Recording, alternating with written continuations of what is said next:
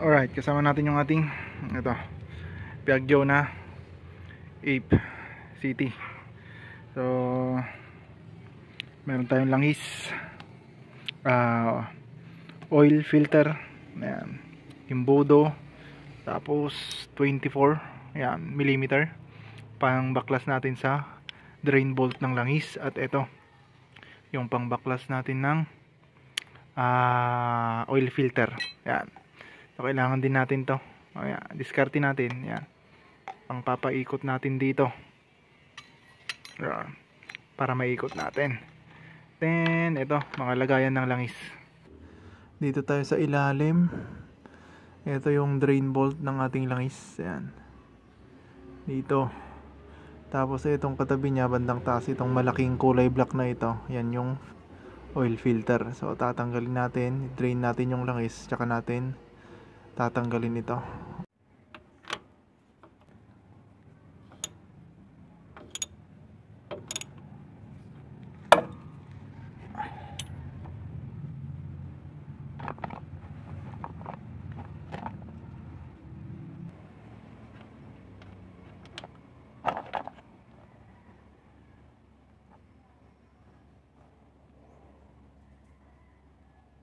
Meron pang strainer. Yan.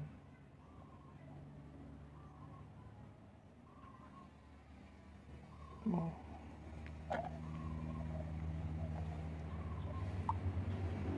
Yan. Open natin dito sa likod, engine bay. Ayan. Tapos ayun, nasa ilalim yung kulay yellow. Tanggalin natin yon, yung dipstick.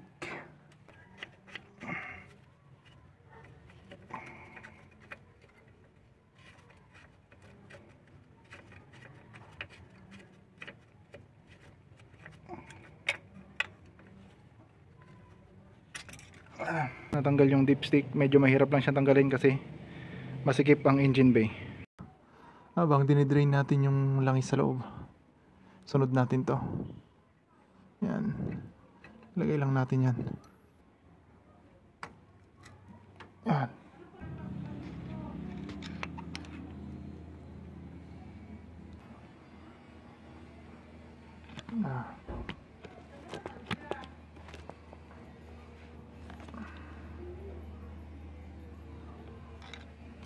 Yan.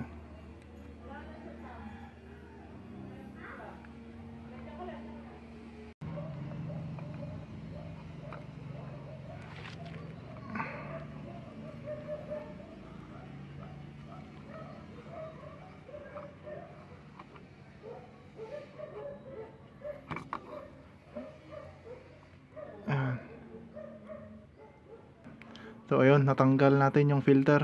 Ito ang itsura ng filter, oil filter ng ating tuk-tuk Piaggio. Yan. Kunin natin tong replacement natin. Okay, medyo madumi, matagal nang stock kasi ito, pero nakasil pa naman. Tanggalin lang natin tong plastic nya, tapos isalpak natin.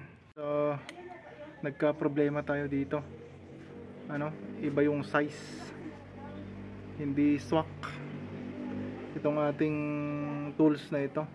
Ito yung tinanggal natin, swak naman siya, ayan pumapasok, pero dito wala na, iba na, ayaw pumasok, wala na, hindi niya ma-hold, wala, hindi niya ma-hold, hanggang dyan lang hindi pag pinaikot mo yan, wala na.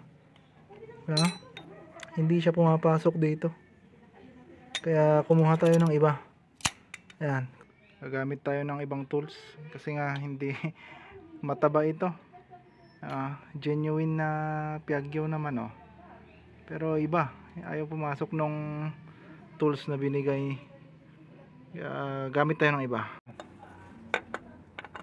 Subukan natin. Okay, kung kanina counterclockwise, ito clockwise na siya. Ayan, so kailangan nating higpitan.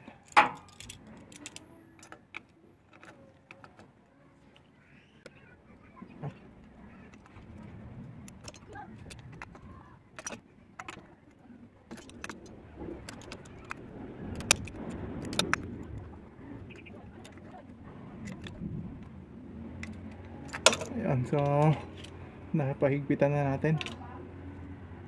Tapos balik na rin natin tong strainer. Ayan, may strainer dyan eh. Ayan, dapat nakasentro para mailagay natin tong nut.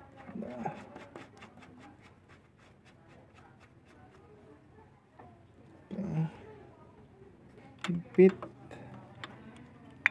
Diyan natin higpitan ito. Ayan. Okay, huwag masyadong mahigpit. So okay na, nailagay na natin dito at dito sa taas naman. Ito naman, ganito ang diskarte natin dito. Patagilid. Ayan. So yan, lagay natin pa konti-konti lang kasi maliit ang butas doon sa baba. Ayan. 1.6 liters, 1.6. Ayan, 1 liter and 600 ml ang ikakarga natin. Ikarga na natin 1 litro. Ayan, tumba. At 600 ml. Ayan. So ngayon, ibabalik na natin tong dipstick.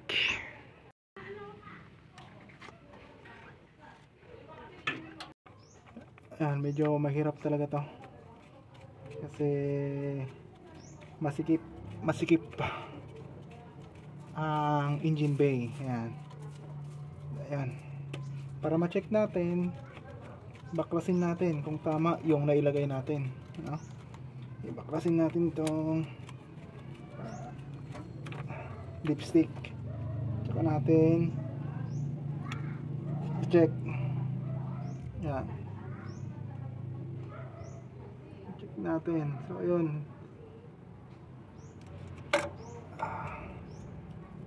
Sakto lang.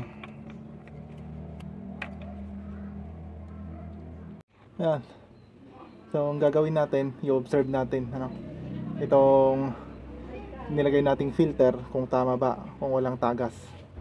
Ayan, tama yung higpit natin. Ayan. Observe lang natin.